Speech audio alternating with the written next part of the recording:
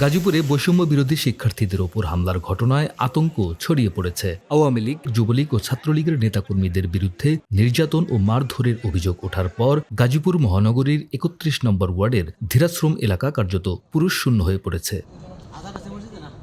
এছাড়া গাজীপুর সহ সারা দেশে অপারেশন ডেভিল হান্ট শুরু হওয়ার খবরে শুধু বয়স্ক নারীরাই এলাকায় রয়েছেন, অন্য নারীরাও বাড়িঘর ছেড়েছেন।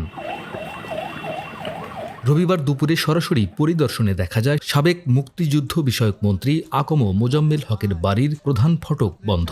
বাড়ির সামনের রাস্তা জুড়ে ছড়িয়ে ছিটিয়ে রয়েছে ভাঙা কাঠ, সম্মাননা স্মারক, লাঠিসোঁটা, জুতা ও জামাকাপড়।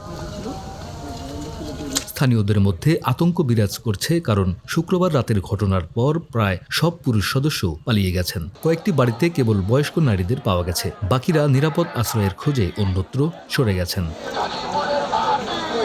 ধীরাশ্রম টঙ্গী সড়কের পাশে ঘটনাস্থলের কাছে সব দোকানপাট বন্ধ, এলাকায় চলাচলও সীমিত। অন্যদিকে আইনশৃঙ্খলা বাহিনীর টহল ও অভিযানের কারণে সাধারণ মানুষের মধ্যে ভয় ও উদ্বেগ বাড়ছে।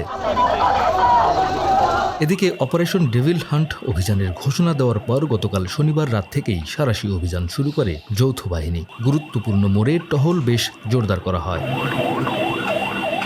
ছাত্র জনতার উপর হামলার ঘটনায় এখন পর্যন্ত আওয়ামী লীগের ৪০ জন নেতাকর্মীকে গ্রেপ্তারের কথা জানিয়েছেন গাজীপুরের পুলিশ সুপার চৌধুরী জাবের সাদেক।